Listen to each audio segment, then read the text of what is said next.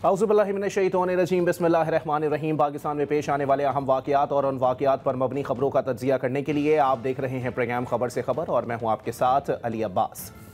नाज़रीन, 27वीं आईनी तरमीम सेनेट में आज पेश तो कर दी गई है। वाज़ेह तौर पर मामलात भी उसी जानिब जाते हुए दिखाई दे रहे हैं, लेकिन अभी तक वाज़ेह तौर पर इस तमाम सूरत हाल के ऊपर जो है वो एक जानिब अपोजिशन जमातें मौजूद हैं, एक जानिब हुकूमत की इत्तेहादी जमात मौजूद है, लेकिन सूरत हाल जो है वो किसी करवट बैठती हुई दिखाई नहीं दे रही। इस पे वाज़ेह तौर पर हुकूमत भी कह चुकी है कि जब तक बहस नहीं होगी ये मामला कमेटी के सुपुर्द किया जाएगा, फिर बहस होगी, अपोजिशन का मौक़िफ़ भी सुना जाएगा, बल्कि बहस का आगाज़ भी जो है वो अपोजिशन की जानिब से जो है वो किया जाएगा। जबकि अपोजिशन की जो इस वक्त बड़ी जमात है उस पाकिस्तान तहरीक इंसाफ, उनकी जानिब से वाज़ेह तौर पर कहा जा रहा है कि इसकी भरपूर मुखालफत भी की जाएगी, बल्कि जो पाकिस्तान तहरीक इंसाफ के साथ अपोजिशन में इत्तेहादी जमातें मौजूद हैं उनकी जानिब से भी वाज़ेह तौर पर कहा जा रहा है कि वो इस तमाम तर सूरत हाल के अंदर जो है वो इस मामले के ऊपर जो है वो भरपूर एहतजाज का इरादा रखती हैं और हुकूमत को इस मामले पर पार्लियामेंट में टफ टाइम देने का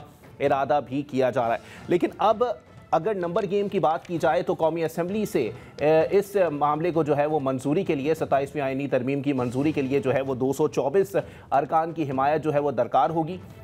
और अगर हम सेनेट की बात करें, क्योंकि ये आईनी तरमीम का मुसवदा जो है वो पहले सेनेट में पेश किया गया है वफाकी वज़ीर कानून आज़म नज़ीर तारड़ साहब की जानिब से, तो वहाँ पर हुकूमत को 64 अरकान की जो है वो हिमायत दरकार है इस आईनी तरमीम को मंजूर करवाने के लिए। लेकिन इस वक्त तक अगर तमाम नंबर्स को जो है वो बगौर देख लिया जाए तो 61 अरकान जो हैं वो हुकूमत के पास इस वक्त मौजूद हैं और 3 से 4 अरकान जो हैं वो अपोजिशन में मौजूद हैं, जिनमें से एक आज़ाद हैसियत में सेनेटर मुंतखब हुई हैं खातून, और इसके अलावा 3 जो हैं वो अवामी नेशनल पार्टी के सेनेटर्स हैं जो कि हुकूमत को 26वीं आईनी तरमीम में भी वोट दे चुके हैं और अब उनसे यही एक्सपेक्ट किया जा रहा है कि वो 27वीं आईनी तरमीम में हुकूमत को सपोर्ट करेंगे। लेकिन यहाँ पर आया इबहम अभी भी बरकरार है, क्योंकि यही तासुर जा रहा है कि कुछ मामलात के ऊपर पाकिस्तान पीपल्स पार्टी और मुस्लिम लीग नून के दरमियान जो है वो पस पर्दा डेडलॉक बरकरार है। जबकि गुज़िश्ता रोज़ जो है वो चेयरमैन पीपल्स पार्टी बिलावल भुट्टो जरदारी साहब जो है वो इस आईनी तरमीम की हिमायत की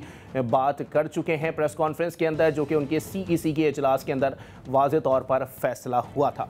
इसी पर बात करेंगे। हमारे साथ सबसे पहले मौजूद है रियासत अली आज़ाद साहब, बहुत शुक्रिया।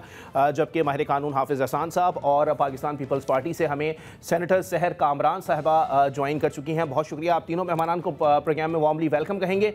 सहर कामरान साहिबा, गुफ्तगू का आगाज़ मैं आपसे करूँगा। आप जाहिर सी बात है इतनी बड़ी इत्तेहादी जमात हैं हुकूमत की, वाज़ेह तौर पर बताइएगा, क्योंकि इस सूरत हाल के अंदर तो कुछ शिकें ऐसी हैं जिस पर आप लोगों का जो है वो एतमाद नहीं था या फिर आप लोग जो है वो उस पर अग्री नहीं कर रहे थे। ये बताइएगा, इस पूरी 27वीं आईनी तरमीम के अंदर जो सूबों को जो है वो तहफ़्फ़ुज़ हासिल था, उस तरमीम के ऊपर आप लोगों की जमात ने वाज़ेह तौर पर कहा था कि हम इसको सपोर्ट नहीं करेंगे।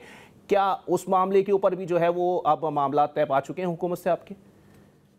जी बहुत शुक्रिया। देखिए, पाकिस्तान पीपल्स पार्टी शायद वो वाहिद पार्टी है जो मुकम्मल शफाफियत और सबको साथ लेके चलने पे यकीन रखती है। यही वजह थी कि जो जिन नुकात के ऊपर वज़ीर आज़म शहबाज शरीफ ने सदर मुमलिकत आसिफ अली ज़रदारी से और चेयरमैन बिलावल भुट्टो ज़रदारी से सपोर्ट के लिए कहा था, उन्होंने वो बहुत शफाफियत के साथ अपनी ट्वीट में सबके सामने लेकर आए। और पाकिस्तान पीपल्स पार्टी जो है एक कलेक्टिव विजडम के साथ, हमारी मजलिस आमला, हमारी जो सेंट्रल एग्जीक्यूटिव कमेटी है, उसकी मीटिंग 2 दिन हुई।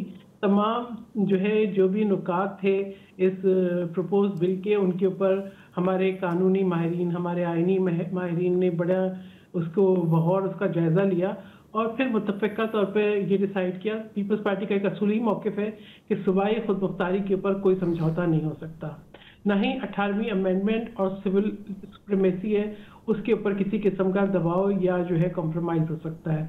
तो पीपल्स पार्टी जिन शिकों को सपोर्ट कर रही है, डेफिनेटली पीपल्स पार्टी का जो वोट है वही मिला के जो है 2/3 अक्सरियत का हदफ पूरा होता है। तो पीपल्स पार्टी सबसे पहले तो जो आर्मी एक्ट के अंदर तरमीम है, अमेंडमेंट है, उसको जो है सपोर्ट कर रही है, क्योंकि वो आज की वक्त की ज़रूरत है, क्योंकि पाकिस्तान को जिस किस्म के चैलेंजेस का सामना था और खुसूसी तौर पर जिस तरीके से फील्ड मार्शल सैयद आसिम मुनीर ने पाकिस्तान का न सिर्फ दिफा किया, एक बेहतरीन कोऑर्डिनेशन हमें जो मिलिट्री की नज़र आई, तो उसके लिए जो एडमिनिस्ट्रेटिव स्ट्रक्चर को बेहतर करने के लिए अमेंडमेंट थी, पीपल्स पार्टी उसको सपोर्ट कर रही है।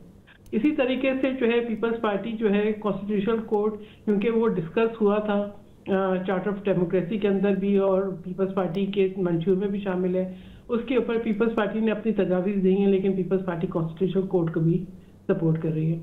इसके अलावा जहां पीपल्स पार्टी के तहफ़्फ़ुज़ात थे और पीपल्स पार्टी समझती थी कि इधर जो है अमेंडमेंट्स की या बेहतर ड्राफ्ट की ज़रूरत है, पीपल्स पार्टी ने प्रपोज कर दिया है, लेकिन सूबाई खुदमुख्तारी के ऊपर किसी किस्म का कोई समझौता नहीं है, NFC अवार्ड के ऊपर कोई समझौता नहीं है, इसी तरह से 18वीं तरमीम पे कोई समझौता नहीं है। लेकिन सहर कामरान साहिबा, इस तमाम तर सूरत हाल से पहले तो यही तासुर दिया जा रहा था कि पाकिस्तान पीपल्स पार्टी जो है वो एक वाज़े स्टैंड ले सकती है, इतनी बड़ी इत्तेहादी जमात है और उसके बावजूद भी जो है वो उन्होंने कुछ बयानात ऐसे दिए जो कि सख्त तरीन थे। इसके बावजूद भी अब ये तासुर दिया जा रहा है कि नहीं जी, अच्छे बच्चों की तरह आप सारे मामला जो हैं वो खुश असलूबी से हल हो जाएंगे। ये तासुर सही है? नहीं, बिल्कुल गलत है। देखिए, पीपल्स पार्टी जिस चीज पे बिलीव करती है, जिस चीज को समझती है कि उसकी जरूरत है, अब फील्ड मार्शल आसिम मुनीर अगर उनको रीडेजिग्नेट करना है तो मैं समझती हूँ ये तो एक जो है इंतजामी तौर पर और आर्मी एक्ट के अंदर ये अमेंडमेंट जो है वो बेहतरी लेकर आएगी पाकिस्तान को जिस किस्म की दिफाई चैलेंजेस का सामना है, अंदरूनी और बैरूनी, और ये कोई अनहोनी बात नहीं है, ये बहुत से ममालिक में इसी तरीके से होता है। इसी तरीके से कॉन्स्टिट्यूशनल कोर्ट, जिसके लिए आप देखें कि 26वीं अमेंडमेंट के वक्त में बिलावल भुट्टो जरदारी जो चेयरमैन पाकिस्तान पीपल्स पार्टी हैं, उन्होंने न सिर्फ एक ब्रॉडर जो है कंसेंसस बिल्ड करने की कोशिश की, सबसे मिले, मुशावरत की, और उसके बाद फिर JUI ने भी उसको सपोर्ट कर रही थी, लेकिन फिर जो है PTI की जो है तजावीज़ के ऊपर कॉन्स्टिट्यूशनल कोर्ट के बजाय कॉन्स्टिट्यूशनल बेंचेस बने। लेकिन देखें जिस किस्म के हालात हैं कि आप हमारे जो है मुकदमात जो है वो एक अरसे तक लटके रहते हैं, एक आईनी अदालत अलग हो जो कि आईनी मामलात को देखे, और जो हमारी सुप्रीम कोर्ट है या हमारे दीगर कोर्ट्स हैं वो उन मामलात को देखें जिनका ताल्लुक जो है वो दीवानी मुकदमात हैं या रोज़मर्रा के अवाम के मसाइल हैं उनसे है, तो मुझे लगता है कि इंसाफ की फरहमी जो है वो ज़्यादा बेहतर होगी। और पीपल्स पार्टी ने तमाम जो है मामलात के ऊपर गौर करके फिर जो है ये तजावीज़ दी, और अभी भी आप ये देखें कि सेनेट में ये बिल पेश हुआ है और अब ये स्टैंडिंग कमेटी उसको उसका जायजा लेंगी, तो उसमें जो है जो हमारे जो मेंबर्स हैं वो उससे भरपूर अपना किरदार अदा करेंगे। फारूक नाइक साहब जो हैं वो लीड कर रहे हैं सेनेट की स्टैंडिंग कमेटी को, तो मैं समझती हूँ कि मशावरती अमल में मजीद बेहतरी आ जाएगी। अगर शिकों के अंदर किस्म का इबाहम है तो वो दूर हो जाएगा। चले ठीक है। हाफिज एहसान साहब, वाज़े तौर पर बताइएगा सर, क्योंकि अभी भी कानूनी सुकम जो हैं इसके अंदर वो वाज़े नहीं किए गए हैं और कहीं ना कहीं कुछ ये तासुर भी दिया जा रहा है। अब ये तासुर है या प्रोपेगेंडा, ये फैसला अभी तक नहीं हो सका कि अब पाकिस्तान के अंदर एक कंट्रोल्ड जुडिशरी जो है वो काम करेगी। बिस्मिल्लाहिर्रहमानिर्रहीम। वो तो परसेप्शन जो है वो तो हम हर वक्त उस चीज़ पे बात करते हैं और अपनी एक नैरेटिव को लेके चलते हैं। बुनियादी चीज़ ये है कि क्या पाकिस्तान का जो एग्जिस्टिंग कॉन्स्टिट्यूशनल फ्रेमवर्क है उसके अंदर एक आम आदमी के जो हकूक़ हैं या एक आपका जो रेगुलर क्रिमिनल सिविल जस्टिस या टैक्स सिस्टम चल रहा है उसके अंदर क्या पाकिस्तान की अदालतों की पावर्स को कम किया गया है? बिल्कुल नहीं किया गया। सिर्फ ये किया गया है कि जो आपकी एपलेट स्टेज थी, जो सुप्रीम कोर्ट थी, उसके अंदर आपने वर्किंग को 2 जगह कर दिया है और ये आपकी एक लॉन्ग स्टैंडिंग डिमांड थी 12, 14, 15 साल से जो ये चल रहा था कि जिस तरह ये अदालतें जो हैं इसके अंदर ओवर बर्डन हुई हैं पॉलिटिकल क्वेश्चंस की वजह से या इन्फोर्समेंट ऑफ फंडामेंटल राइट्स की वजह से या जुडिशल एक्टिविज्म की वजह से या आपके जो कॉन्स्टिट्यूशनल इशूज़ हैं जो बार बार जाते हैं, उससे पाकिस्तान का जो अदालती निज़ाम है वो चोक हुआ है to the extent of Supreme Court. इसको बेहतर होना चाहिए और उसके लिए कॉन्स्टिट्यूशनल कोर्ट बननी चाहिए। अब ये सारी पॉलिटिकल पार्टीज़ का इत्तफाक है बशमूल PTI या जिन्होंने COD को साइन किया कि एक सेपरेशन जो है वो क्रिमिनल सिस्टम जस्टिस या आपका रेगुलर जस्टिस सिस्टम है एपलेट स्टेज पे आनी चाहिए। सही। अब उसको होना चाहिए था, जल्द होना चाहिए था, नहीं हुआ। लेकिन जब पिछले साल उसको करने लगे तो उसके अंदर आपने देखा कि यही वो ड्राफ्ट था जो सबसे शेयर किया गया और उसके अंदर to the extent of constitutional court जो है और उसके ऊपर कहा गया नहीं कॉन्स्टिट्यूशनल बेंच बनना चाहिए। 1 साल के अंदर आपने एक्सपीरियंस देखा कि सुप्रीम कोर्ट में पॉलिटिक्स भी आई, रिफ्ट भी आई, कौन सुने कौन ना सुने, जजेस के ऊपर जो है एक दूसरे के ऑर्डर्स भी आए, जुडिशल कमीशन को कहा गया कि जी आप फेवरेटिज्म करते हैं, जजेस कॉन्स्टिट्यूशनल बेंच को कहा गया कि आप बेनिफिशरी हैं इस चीज़ के अंदर, तो वो उन सारों का रिजल्ट्स यही होना था कि जब आप एक कॉन्स्टिट्यूशनल स्कीम के अंदर जो है पॉलिटिकल कंप्रोमाइज़ कर लेते हैं या फैसिलिटेशन कर लेते हैं तो फिर वो चीज़ आपके सामने आई। अब ये है कि वापस आपने उसी कॉन्स्टिट्यूशनल कोर्ट के अंदर चले गए। सिंपल सी बात यह है कि कोई भी हाई कोर्ट के अंदर मामला आर्टिकल 199 के नीचे पिटीशन फाइल होती है, रिट जो है, वो मामला सीधा पाकिस्तान की सुप्रीम कोर्ट जो कॉन्स्टिट्यूशनल कोर्ट है उसमें जाएगा। और बाकी जितने मामला आते हैं, चाहे आपके हैं मर्डर केसेस हैं, क्रिमिनल केसेस हैं, सिविल केसेस हैं, टैक्स केसेस हैं, जो रेगुलर जुरिस्डिक्शन के अंदर हाई कोर्ट्स में गए हैं, वहाँ के ऊपर आर्टिकल 185 के अंदर जो है वो सारी की सारी जुरिस्डिक्शन जो है वो इंटैक्ट है। एक चीज़ ये है कि जब आपको एपलेट्स की तरफ ले गए हैं तो आपकी सुओ मोटो की पास जो है वो बिल्कुल किसी भी एपलेट कोर्ट क्रिमिनल मैटर्स के अंदर या सिविल में नहीं एक्सरसाइज हो सकती। पहले पार्लियामेंट ने उसको रेगुलेट किया, फिर कह दिया कि जी आप उसके मुताल्लिक को दरख्वास्त दें। अब दरख्वास्त का जब आपके पास वो कॉन्स्टिट्यूशन एनफोर्समेंट नहीं है तो फिर आपका रेगुलर है, और बाकी जो है कॉन्स्टिट्यूशनल कोर्ट के अंदर आपने फिर भी उन चीज़ों का इंटैक्ट रखा हुआ है। लेकिन अली एक जो इंपॉर्टेंट चीज़ मैं समझता हूँ वो ये है कि आपको अभी भी, मैं आप उस वक्त भी जब 26वीं तरमीम आई थी तो मैंने कहा जिस मैकेनिज्म के अंदर जा रहे हैं आपको 27वीं में जाना पड़ेगा। और इवन बिलावल साहब इस चीज़ पे एग्री थे कि जब मैंने ये बनाया था कि ये सिर्फ सुप्रीम कोर्ट तक ना रखें, इसे हाई कोर्ट्स में भी लेके जाएं। अभी भी आपको ये सोच लेना चाहिए, या कुछ अर्सा बाद आप देखिएगा कि आपको हाई कोर्ट्स के अंदर भी जाएंगे, क्योंकि वहां के ऊपर भी 199 का सेपरेट फोरम होना चाहिए ताकि वहां पे कंफ्यूजन ना आए कि कौन सा बेंच है, किसका बेंच है, मर्जी का बेंच है, जुडिशियल कमीशन है, गवर्नमेंट है, एग्जीक्यूटिव है।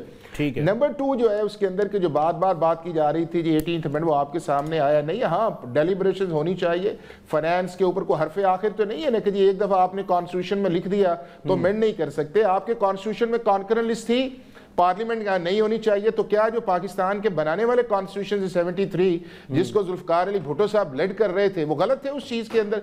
तो आपके डायनामिक्स चेंज होते रहते हैं, उसके अंदर आपने अपनी चीजों को बेहतर करना होता है। और 15 साल के अंदर बहुत सारी एक्सपीरियंस है, लेकिन पीपल्स पार्टी को इस मामले के अंदर डिफेंस सूरत के अंदर लाया गया। तीसरा जो आपकी सर्विसेज की कमांड का एक है, इंडिया ने भी अपना CDS बनाया हुआ है, बरतानिया में भी है, अमेरिका में भी है। एक ऑपरेशनल साइड पे आपको सिनर्जी ऑफ सर्विसेज चाहिए, और उसके अंदर मेरा ख्याल है कि सारी पॉलिटिकल पार्टीज का इत्तेफाक है कि जब आप वॉर पे जाते हैं तो आपकी इंडिविजुअल जो आर्मी है उसकी बजाय अगर कलेक्टिव होके जाते हैं तो आपका ऑपरेशन, इंटेलिजेंस, एग्जीक्यूशन, प्रोक्योरमेंट जो है वो एक ही जगह ऐसी होती है कि जिसको आप कोऑर्डिनेट करते हैं। चूंकि अब जंग सिर्फ आर्मी का नाम नहीं है, उसमें नेवी भी है, उसमें एयरफोर्स भी है। इतने कानूनी सुकम है नहीं जितने जो है वो बयान किए जा रहे हैं। रियासत अली आजाद साहब, आपका भी कमेंट नहीं, आप ये देखें कि सवाए एक पॉलिटिकल नैरेटिव के उसके अंदर बताया जाए कि इस कॉन्स्टिट्यूशनल कोर्ट बनने से पाकिस्तान के आम आदमी के जो ग्रांटेड फंडामेंटल राइट्स हैं आपने उन्हें खराब कर दिए, या सिर्फ यही कहा जाएगा कि चूंकि बंदे अपने आएंगे वो लगाए जाएंगे, वो फैसले मर्जी से। इसके अलावा मैं नहीं समझता कि एक नैरेटिव जो है जो कॉन्स्टिट्यूशनल प्रपोजल्स का एक रिबट आता है वो आपको नजर नहीं आएगा।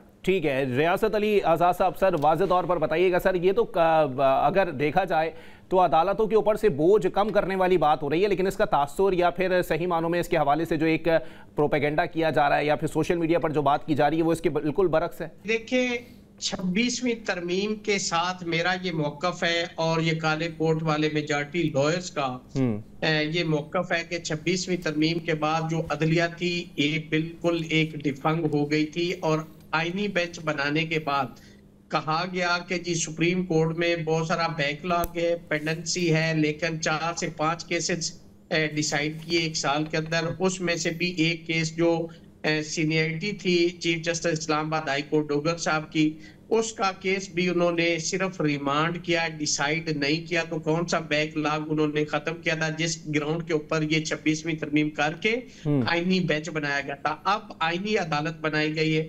मैं हाफिज साहब और मैं अभी एक शो में थे, मुझे बताएं कि ये सुप्रीम कोर्ट जिसकी आपने ओरिजिनल जुरिस्डिक्शन भी कॉन्स्टिट्यूशनल कोर्ट को दे दी, आपने एडवाइजरी जुरिस्डिक्शन भी आपने आईनी कोर्ट को दे दी, आपने आर्टिकल 189 के तहत जो जुरिस्डिक्शन थी वो भी आपने कॉन्स्टिट्यूशनल कोर्ट को दे दी, आपने उसके अंदर जो रिव्यू और अपीलेट जुरिस्डिक्शन है वो भी आपने कॉन्स्टिट्यूशनल कोर्ट को दे दी है। तो बाकी उस सुप्रीम कोर्ट के पास क्या अख्तियार रह गया है कि जिसको वो सुनेंगे? देखिए, सुप्रीम कोर्ट ऑफ पाकिस्तान में कोई भी मामला आता है तो कोई फैक्चुअल कंट्रोवर्सी पे नहीं आता, उसके अंदर कॉन्स्टिट्यूशनल एलिमेंट ही होता है जो सुप्रीम कोर्ट ऑफ पाकिस्तान में आता है। तो अगर वो मैटर सुप्रीम कोर्ट नहीं सुनेगी, सिर्फ ये 6 या 7 जज जिनको ये अभी तैनात करें, जिसका प्रोसीजर अभी हमारे सामने नहीं आया कि जुडिशल कमीशन करेगा, एलिवेशन होगी, प्रमोशन होगी, जो ये सामने आएगा तो फिर उस पर कॉमेंट भी करेंगे। लेकिन देखिए 26वीं तरमीम के केसेस सुप्रीम कोर्ट सुन लिए। अब जब ये नहीं, लेकिन रियासत साहब वाज़ेह तौर पर बताएं सर, क्योंकि मुतालबात तो 12 होते हैं।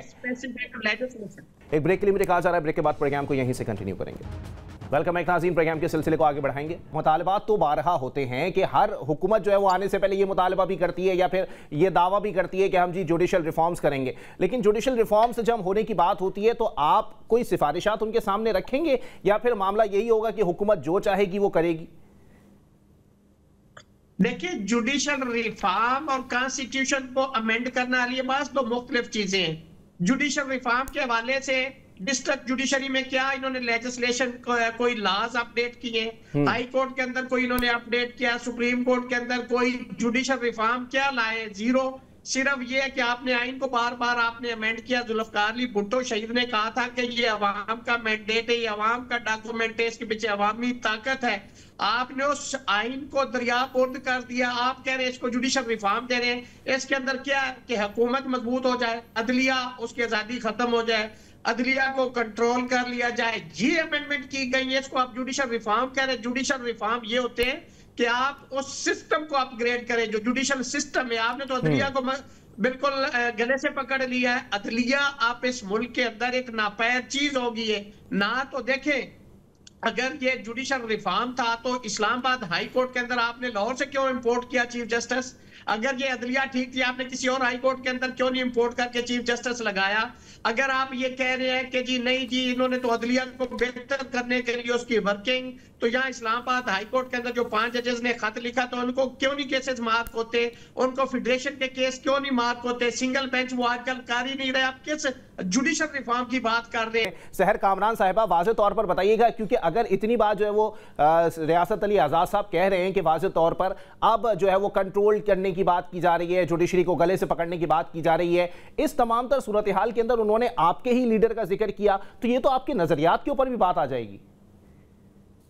देखिए, शहीद जुल्फ़िकार अली भुट्टो ने एक मुत्तफ़िका आइन दिया जी, ठीक है। अब उस आइन ने पाकिस्तान के अंदर जो उसकी शक्ल बिगाड़ी गई आमरीत के दौर में, उस आइन को बहाल करने वाली भी पाकिस्तान पीपल्स पार्टी थी।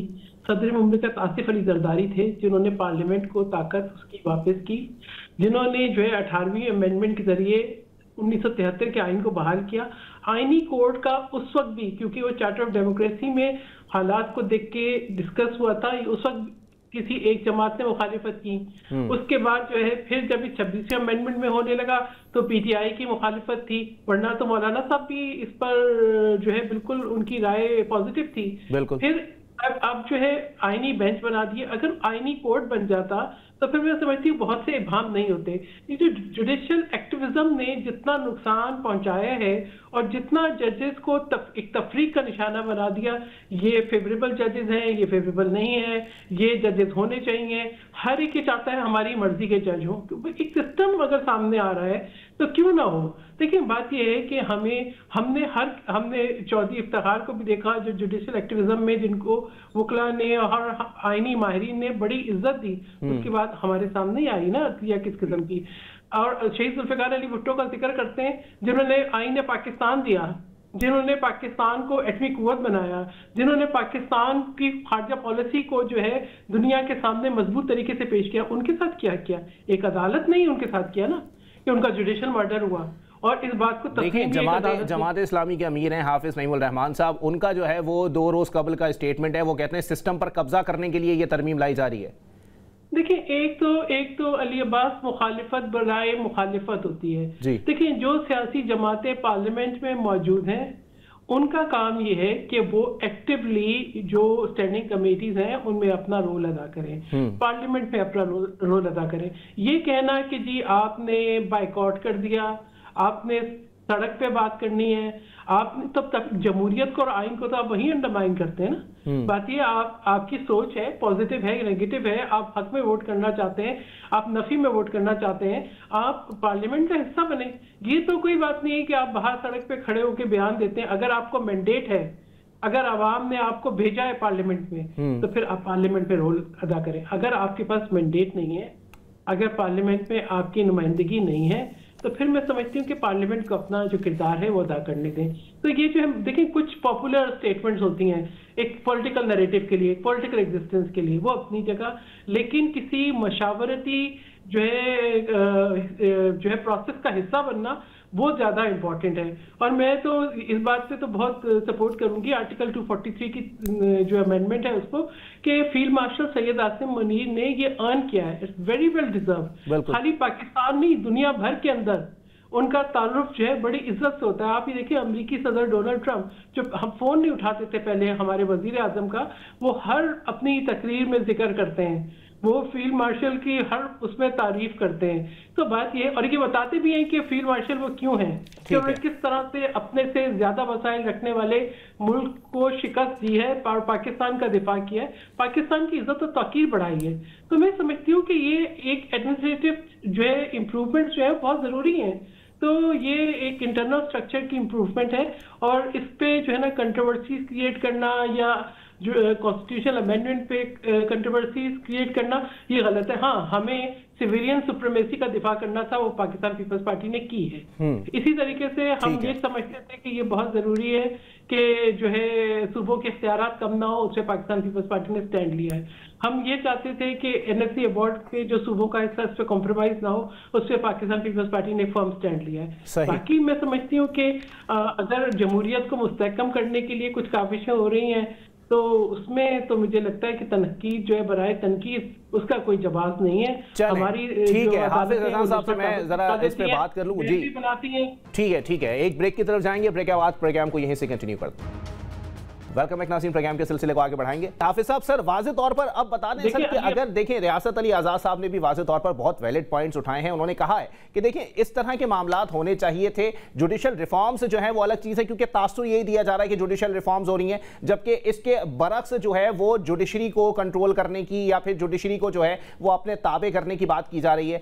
जब जो है वो पाकिस्तान तहरीक इंसाफ के केसेस जो है वो सुप्रीम कोर्ट पर चलते थे, तब यही होता था कि जी पार्लियामेंटेरियन खड़े होकर बोलता था कि पार्लियामेंट सुप्रीम है, सुप्रीम कोर्ट के बाहर जो है वो पीटीआई के वकला खड़े होकर बोलते थे सुप्रीम कोर्ट सुप्रीम है। तो यहां तो मामला जो है वो अभी तक उलझे हुए हैं, इतने सालों के अंदर हम यही नहीं सुलझा पाए। देखें अली, एक तो ये है कि जो पाकिस्तान का जो पॉलिटिकल या कॉन्स्टिट्यूशनल स्पेक्ट्रम है, उसके अंदर जो सबसे ज़्यादा चीज़ें 15, 16, 17 साल के अंदर आई हैं वो है सुप्रीम कोर्ट ऑफ पाकिस्तान। और सुप्रीम कोर्ट ऑफ पाकिस्तान का जो एक कॉन्स्टिट्यूशनल रोल था, ये हम सारे इस चीज़ से मुतफिक हैं कि उसने कॉन्स्टिट्यूशनल रोल से आगे जाके अपने कॉन्स्टिट्यूशन की इंटरप्रिटेशन पे गए, री राइटिंग ऑफ कॉन्स्टिट्यूशन में भी आए, रीडिंग इनटू द कॉन्स्टिट्यूशन भी आए। और मैं ये नहीं कह रहा, सुप्रीम कोर्ट 12 उन्हीं जजमेंट को जब उन्होंने रिव्यू के अंदर सेटिसाइड किया और उन्होंने कहा कि पाकिस्तान की सुप्रीम कोर्ट की इस जजमेंट के अंदर कॉन्स्टिट्यूशनल ओवर रीच हुई है और हमारा काम इंटरप्रिटेशन ऑफ कॉन्स्टिट्यूशन है, राइटिंग ऑफ द कॉन्स्टिट्यूशन या री राइटिंग ऑफ द कॉन्स्टिट्यूशन नहीं है।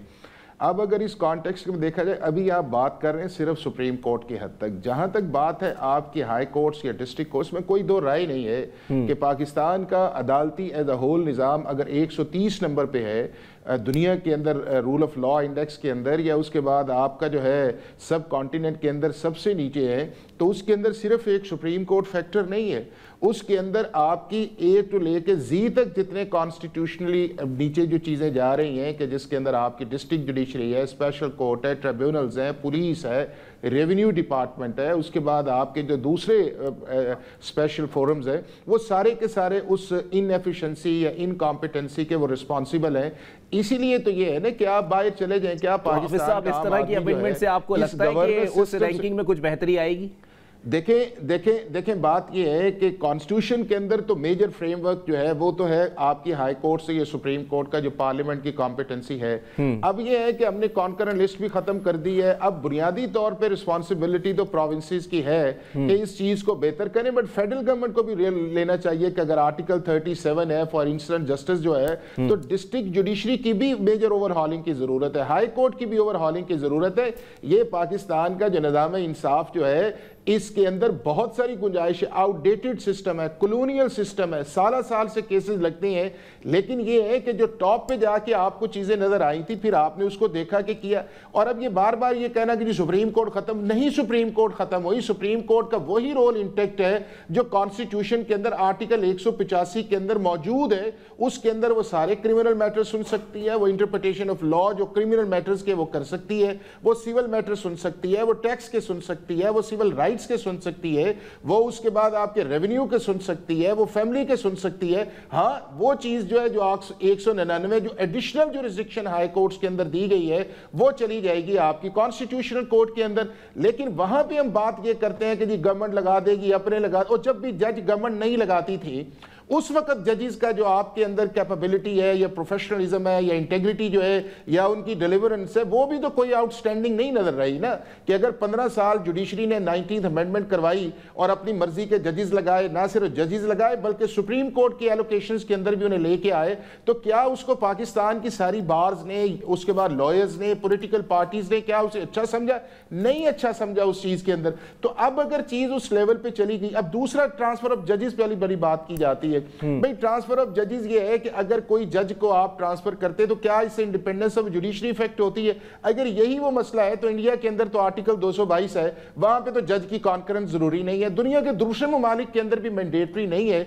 अगर वो आप उसको एक से जगह दूसरी, उसका एक अच्छा मैकेनिज्म होना चाहिए और उस मैकेनिज्म के अंदर जो है उसकी कॉन्करेंस या कॉन्सेंट जो है वो मैटर नहीं। अगर उसको अपने चीफ जस्टिस या दूसरा चीफ जस्टिस जो है अगर उसकी नीयत में भी आपने मेलाफाइडी कर दिया है या उसे एक्सरसाइज कर दिया है, तो फिर आपके पास क्या कॉन्स्टिट्यूशनल ऑप्शंस है? ठीक है। तो मैं ये समझता हूं कि चूंकि हमने सारा सिस्टम जो है वो पर्सनैलिटीज के गिर्द रखा हुआ है कि अगर एक अच्छा चीफ जस्टिस हमारी मर्जी का आ गया, इंडिपेंडेंस ऑफ जुडिशरी, 3-4 गवर्नमेंट की चीजों को उसने बुलडोज कर दिया, इंडिपेंडेंस ऑफ जुडिशरी। अगर उसने अपनी जुरिस्डिक्शन को रियलाइज किया और कहा हमारा ये काम नहीं है, तो सब सर्विएंट ऑफ जुडिशरी जो है। ठीक है, जो नैरेटिव है इसने पाकिस्तान के पॉलिटिकल कॉन्स्टिट्यूशनल स्ट्रक्चर को बहुत डिजास्टर किया। ठीक है, एक ब्रेक की तरफ जाएंगे, ब्रेक के बाद प्रोग्राम को यहीं से कंटिन्यू करते हैं।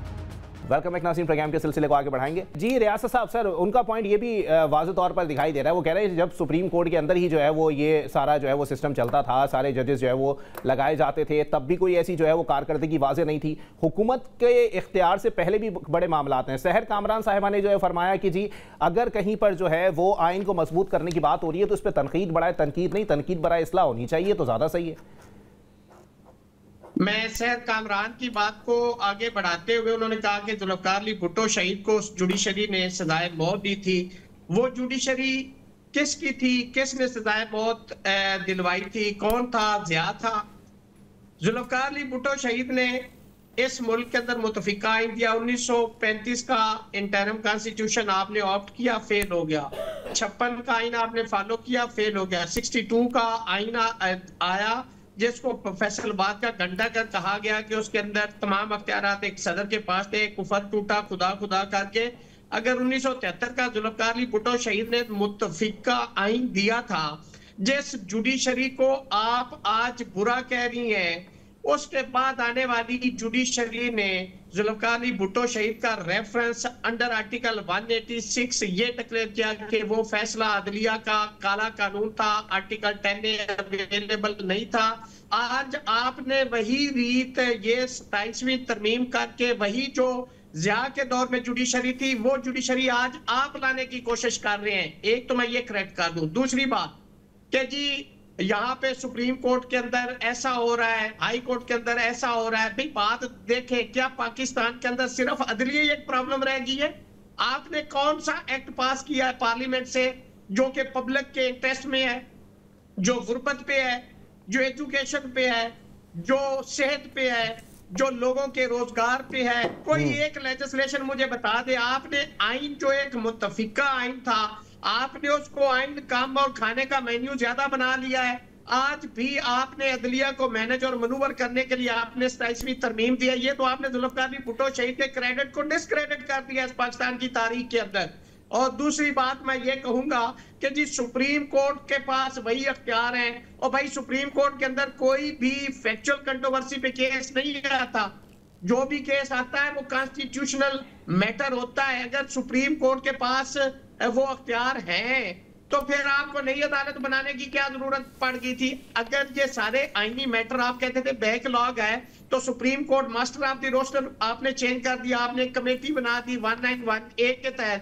तो क्या वहां पे ये मैटर एक बेंच डेजिग्नेट करके ये नहीं सोच सकता था? अगर 5 अरब रुपए की सालाना बजट था सुप्रीम कोर्ट का, आपको 10 अरब देना पड़ेगा। क्या ये गरीब अवाम इसको अफोर्ड कर सकती है? आप अपनी वो सीटें जो पीटीआई को मिलनी थी वो इन पॉलिटिकल पार्टीज को किस लॉ के तहत दी गई? वो आपने ले लिए इसलिए कि आपने मैनेजर मनूवर अदलिया से ली, और इसलिए आज ऊपर आप जो आईनी अदालत बनाना चाह रहे हैं आप टॉप टू बॉटम। रियासत साहब इतने सारे सवाल छोड़ेंगे, मैं जवाब ले लूं सर सहर कामरान साहिबा से, टाइम खत्म हो गया मेरे पास। एक सेकंड जी जी अली, एक सेकंड। ये जो आप दोबारा से अख्तियारात इंतजामी मजिस्ट्रेट को देना चाह रहे हैं, ये तो 1996 में आज trust versus federation of Pakistan में सुप्रीम कोर्ट ने तय कर दिया। 175(3) आर्टिकल जो आइन का अंदर, उसके अंदर एक अदलिया को इंतजामिया से अदा करना था। आप कौन सी इस मुल्क और कौम के ऊपर एहसान कर रहे हैं? चले ठीक है जी, सहर साहब सर फाइनल कमेंट कर दीजिएगा मैडम के, उसके बाद मुझे वाइंड अप की तरफ जाना है। देखिए बात यह है कि जिन ममालिक में अदलो इंसाफ का निज़ाम अच्छा होता है वहाँ पे बहुत सारे मसाइल हल हो जाते हैं। हमारे यहाँ जो असल इशू है, अगर वो उसकी वजह यह है कि इम्प्लीमेंटेशन अगर कहीं नहीं हो पाती, उसकी वजह यह है कि लोगों को बर वक्त इंसाफ नहीं मिलता। लाखों केसेस जो हैं वो अदालत में पेंडिंग रहते हैं। मुझे नहीं पता कि इनको इफ्तिखार चौधरी साहब की अदालत अच्छी लगती थी या साकिब निसार की अच्छी लगती थी। इनको डैम बनाने वाले जो है वो चीफ जस्टिस पसंद थे या नुस्खा टावर गिराने वाले जो है वो जजेस पसंद थे।